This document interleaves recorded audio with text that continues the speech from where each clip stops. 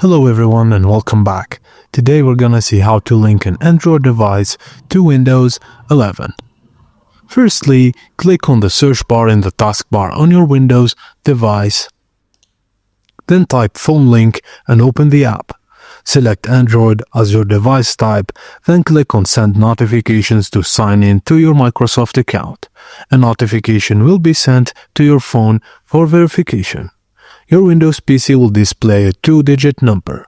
On your Android device, tap the notification and select the same number, then tap Approve to continue.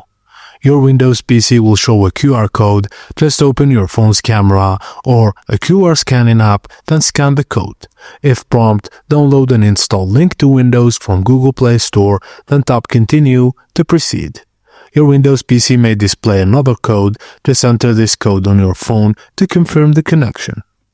Allow notifications, messages, calls, and other permissions as needed, and adjust access based on your preferences. When you're done, just tap Done to finish and tap Continue on both devices, and your Android device will now successfully be linked to your Windows 11 PC.